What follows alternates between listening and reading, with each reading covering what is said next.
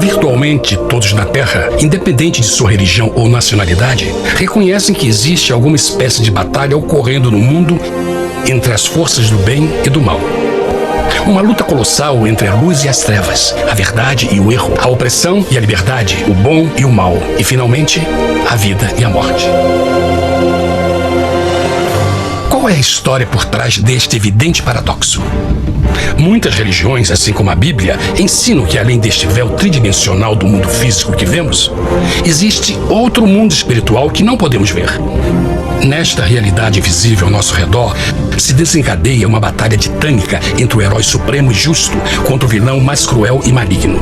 A grande pergunta é: quem são esses personagens e como e onde começou esta crise cósmica? Este é o maior mistério de todas as épocas e a história mais fascinante e verdadeira que jamais tem sido contada. Esta crise envolve cada pessoa sobre a Terra. Sim, cada pessoa.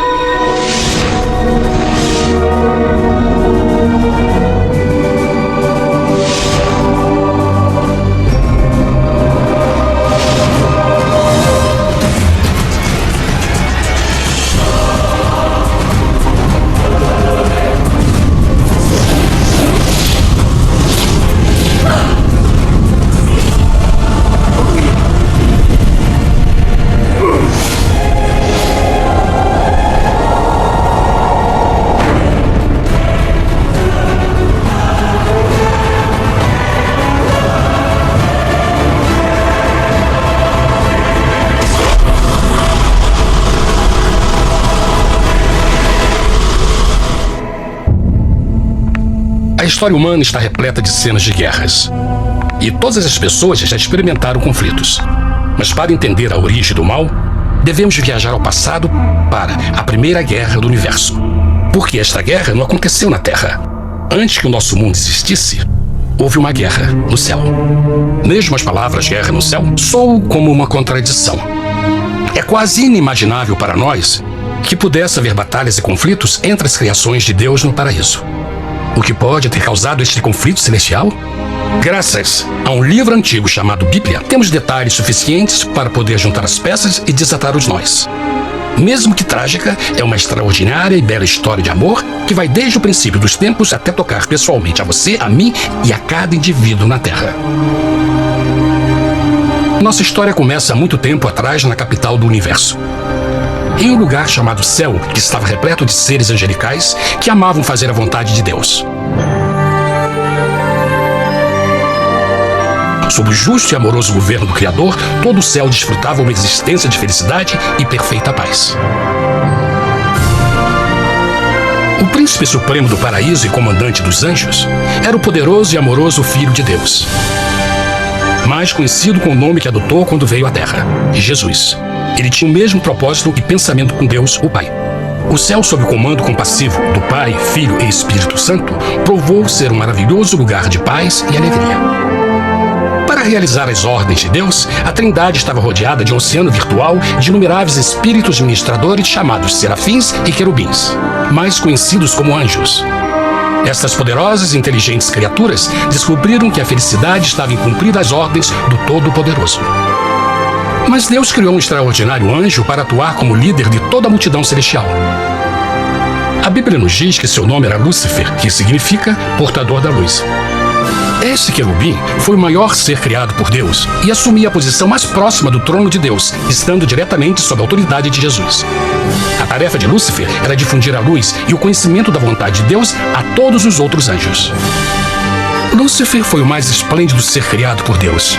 Era extremamente bonito e dotado de enormes poderes de liderança e organização. Entre os anjos, ele foi muito admirado, respeitado e amado como amigo. Mesmo assim, Deus previu o mal que Lúcifer estava a ponto de introduzir no reino da luz. Cheio de sabedoria e formosura, de todas as pedras preciosas te cobrias. Tu eras o querubim, ungido para cobrir, e te estabeleci. No monte santo de Deus estavas.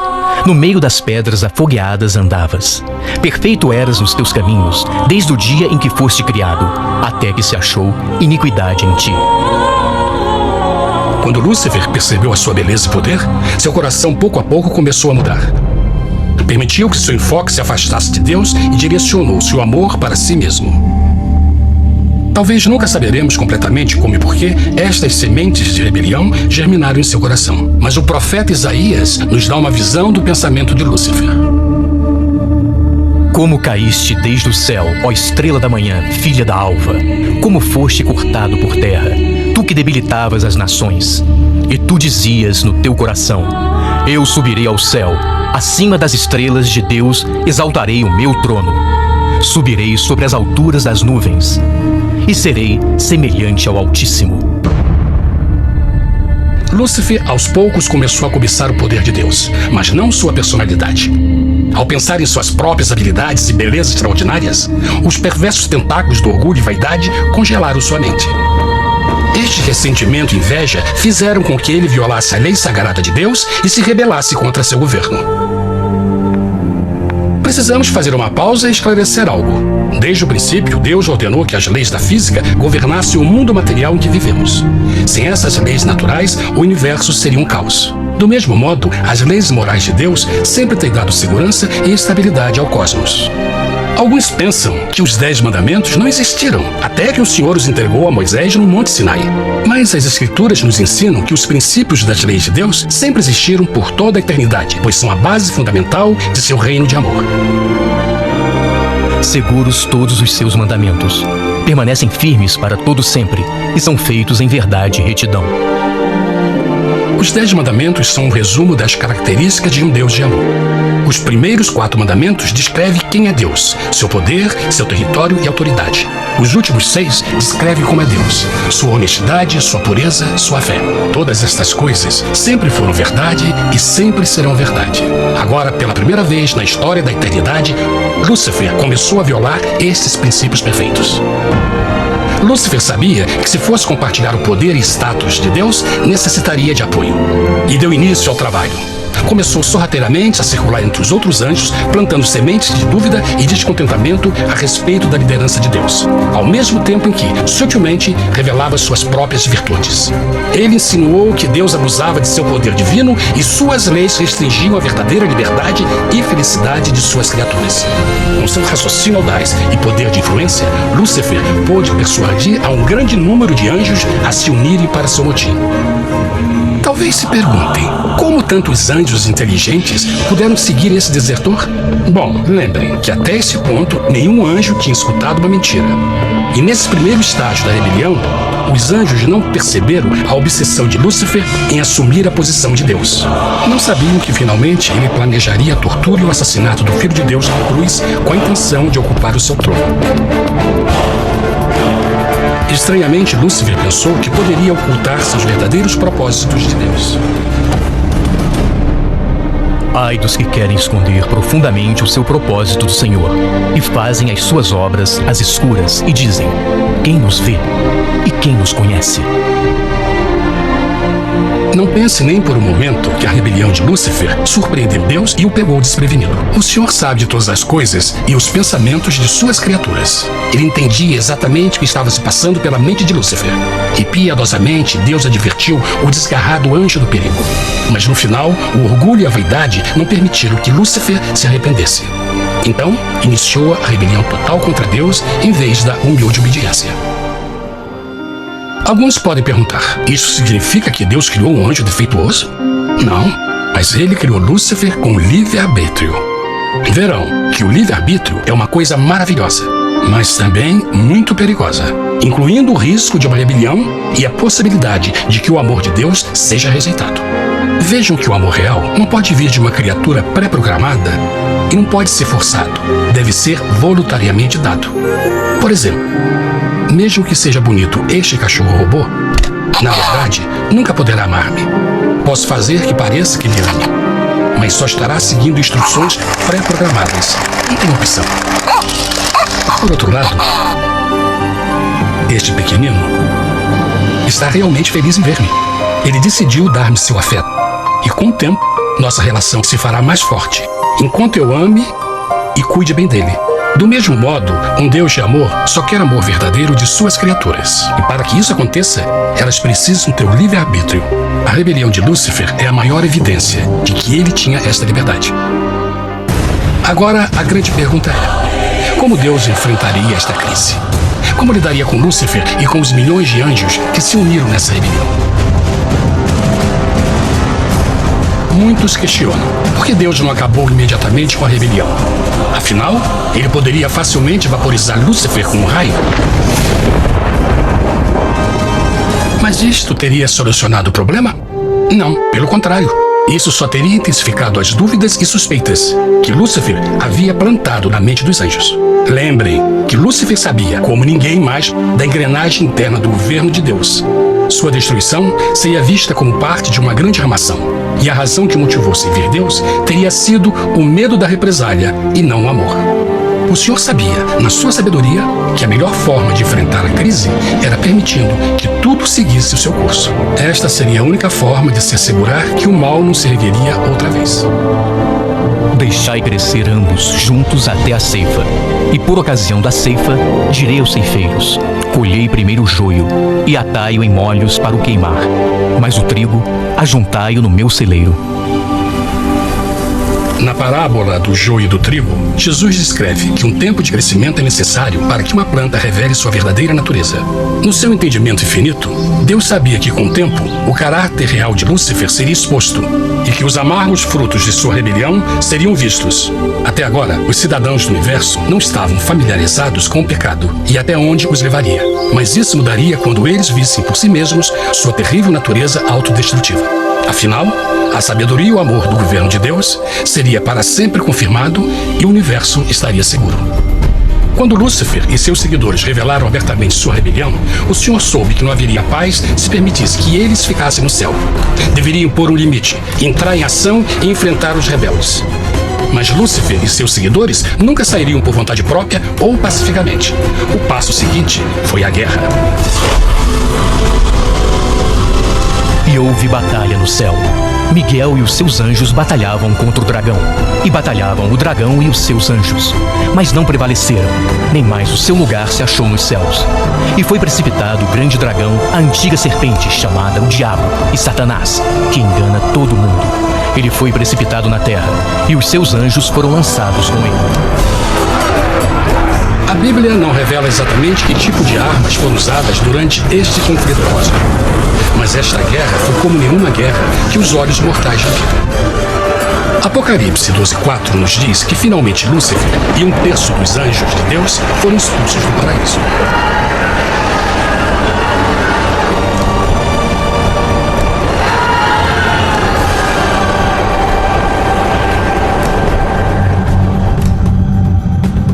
Mas e agora? Lúcifer tinha milhões de anjos ao seu lado, mas precisava de um pedaço de chão para continuar sua rebelião. Rápido, muito rápido, o universo começou a entender o quão doloroso e caro o pecado poderia chegar a ser.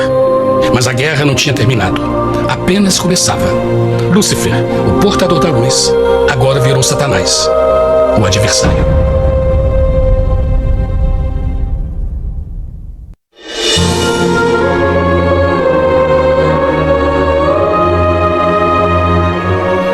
Depois da guerra no céu, Satanás e seus anjos caídos foram expulsos da corte de glória. Por um tempo, o diabo e seus demônios vagaram pelo universo buscando inutilmente mundos que se compadeceram e se uniram à sua rebelião. Enquanto isto, o coração de Deus sentia intensamente o vazio que deixou a perda de Lúcifer e seus anjos.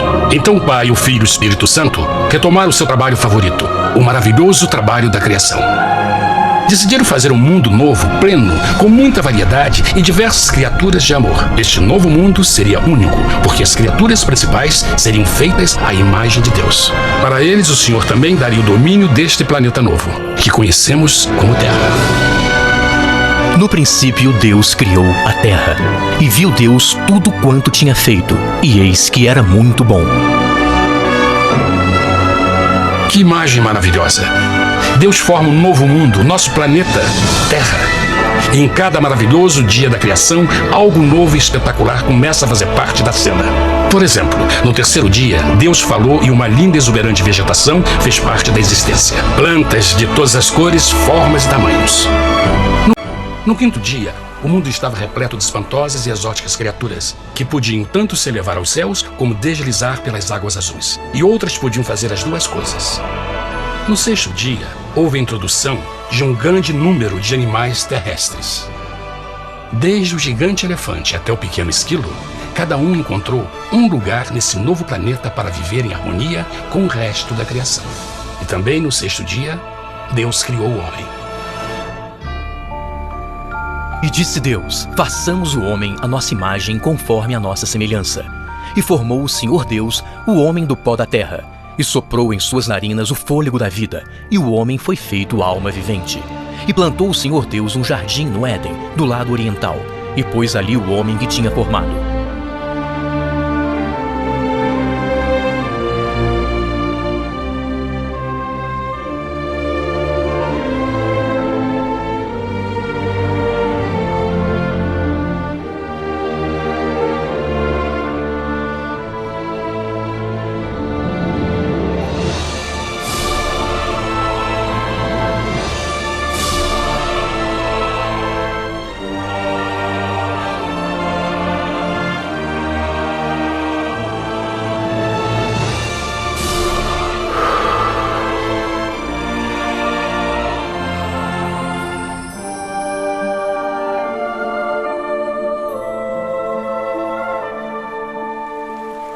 Mas que grande honra ser criado à semelhança de Deus, ser um indivíduo com liberdade de pensamento. No princípio, o homem não percebia a sua nudez. Provavelmente porque antes do pecado ele estava vestido de glória e luz.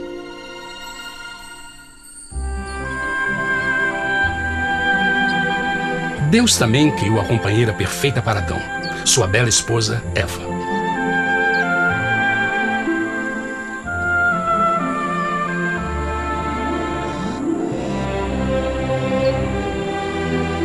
O feliz casal foi colocado em um magnífico jardim perfeitamente projetado para aumentar sua felicidade. Para Adão e Eva e as outras criaturas da terra também foi dado o privilégio divino de procriar a sua própria imagem. A intenção de Deus foi que a raça humana tivesse domínio sobre este paraíso perfeito para sempre. Eternamente felizes e saudáveis, trabalhariam com a flora do jardim de Deus enquanto desfrutariam o afeto e companhia de todas as criaturas sob seus cuidados. O ambiente que nossos primeiros antepassados experimentaram foi muito diferente do mundo de hoje. As rosas não tinham espinhos, os insetos não mordiam nem picavam, e os leões e as ovelhas brincavam juntos. Mas a grande bênção era os humanos viverem em perfeita harmonia com seu Criador. A cada 7 dias, Adão e Eva descansavam de seu prazeroso trabalho e gozavam de uma comunhão com a visita de seu Criador. Era um mundo esplêndido e maravilhoso.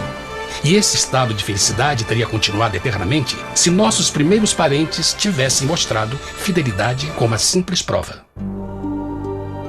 Mas da árvore do conhecimento do bem e do mal, dela não comerás, porque no dia em que dela comeres, certamente morrerás. Visto que o adversário havia contaminado o universo com sua rebelião, o Senhor viu a necessidade de uma simples prova de amor e lealdade. Lembrem que os anjos bons acabaram de ver 1/3 de seus amigos serem expulsos do céu durante a guerra. Como estariam seguros de que esses novos humanos não se uniriam a Lúcifer e causariam problemas? Então o Senhor plantou uma árvore no jardim, uma árvore cujo fruto não deveria ser comido sob pena de morte. Ao passar por esta simples prova de obediência, Adão e Eva mostrariam a lealdade para com Deus e a fé em sua palavra. Ainda mais, era uma prova de amor. Por isso, Jesus disse em João 14: se me amais, guardais meus mandamentos. Mas alguém mais soube desta prova de fé e estava determinado a usá-la em seu favor. Satanás estava com inveja dos humanos que desfrutavam da bendita vida que ele perdeu. Sua feliz existência estava em total contraste com a sua, que agora estava cheia de culpa, pecado e miséria. Com ressentimento e raiva, não estava disposto a deixar o casal em paz, pois o pecado sempre buscará arrastar a outros consigo.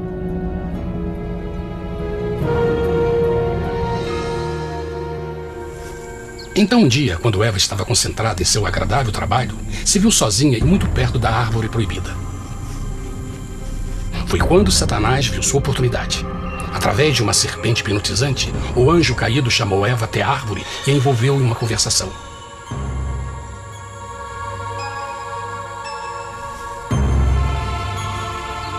Suas palavras encantadoras foram cuidadosamente calculadas para gerar desconfiança a Deus.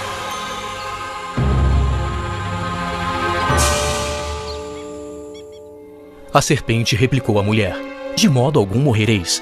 Deus sabe que no dia em que dele comerdes, vossos olhos se abrirão, e sereis como Deus, conhecedores do bem e do mal. A mulher notou que a árvore era boa para comer, pois era atraente aos olhos e desejável para alcançar sabedoria. Colheu o seu fruto e comeu. Deu também ao seu marido, que comeu assim como ela. Tragicamente, quando Eva escutou a suave e sedutora voz do tentador, começou a ter certas dúvidas da palavra de Deus. A serpente a enganou com a promessa de grande poder e sabedoria. Isso chamou sua atenção. Além disso, aparentemente um fruto deu à serpente a habilidade de falar. Que outros poderes poderia dar a ela?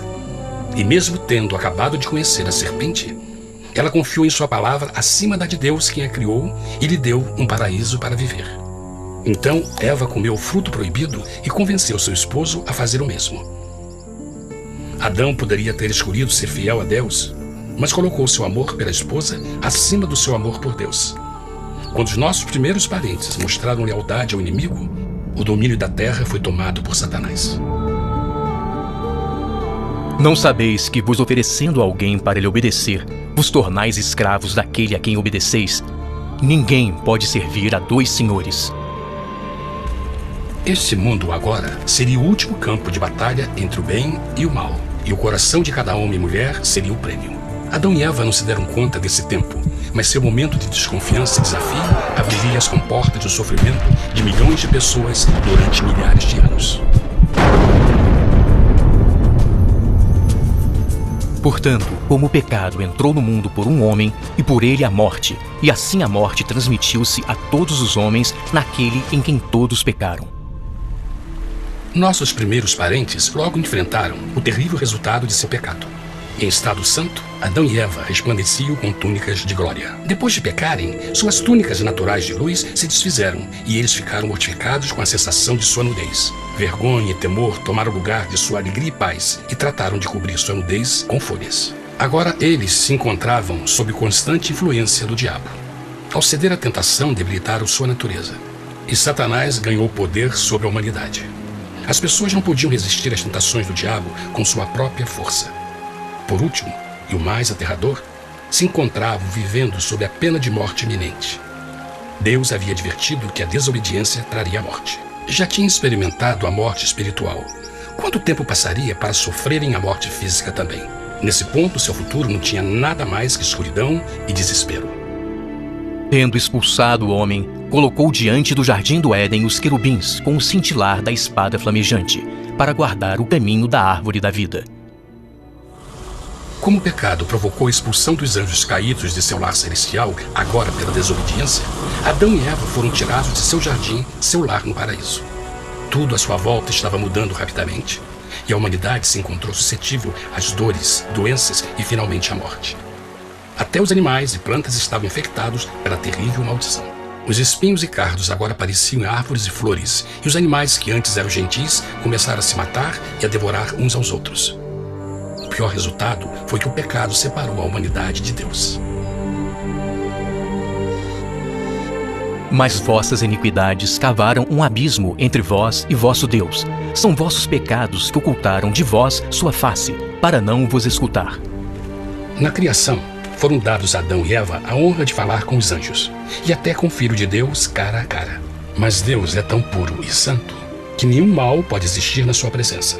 Agora que os primeiros humanos tinham pecado, Deus afastou sua santa presença deles para sua própria proteção. O pecado tinha queimado uma parte da alma do homem que já não podia ver a dimensão espiritual. Deste momento em diante, a comunicação com o céu seria limitada. Mesmo com todas estas maldições caindo sobre Adão e Eva, o coração do Senhor se encheu de compaixão. A lei que haviam violado não poderia ser alterada para salvá-los, pois é tão sagrada e imutável como Deus mesmo. O Senhor sabia que havia só uma maneira na qual o homem podia se redimir. Então um plano foi revelado, nascido do fundo do coração de Deus. um plano para salvar o homem de seu encontro com a morte eterna e restaurar tudo que estava perdido com o pecado. Seria de grande intensidade, alcance e poder, mas seria um plano que também implicaria num enorme sacrifício. O amor de Deus para conosco se manifestou por ter enviado ao mundo seu Filho unigênito, a fim de vivermos por ele. Nisto consiste o amor, não em termos nos amado a Deus, mas em ele nos ter amado e enviado seu Filho para se sacrificar por nossos pecados. As Escrituras claramente ensinam em Romanos 6,23, o custo do pecado é a morte. A lei violada demandava a vida do pecador e só tinha um em todo o universo qualificado como substituto da humanidade. O Criador só podia pagar a dívida de suas criaturas tomando seu lugar. Então Jesus Cristo, o Filho de Deus, concordou em deixar a pureza, glória e segurança do céu. Ele viria para morrer em nome do homem em seu malvado e renegado planeta. Ele nasceria como um inocente e indefeso bebê, suportaria uma vida de dor e vergonha e mesmo assim viveria uma perfeita e vitoriosa vida. Finalmente, ele teria uma morte humilhante para poder ser o substituto da humanidade caída. Por seu sacrifício, a humanidade incrivelmente receberia uma nova oportunidade de ter a vida eterna. Seu sangue seria o resgate para um mundo habitado por Satanás. Este maravilhoso plano de redenção foi graficamente ilustrado no sistema de sacrifício de animais ordenado por Deus depois da queda do homem.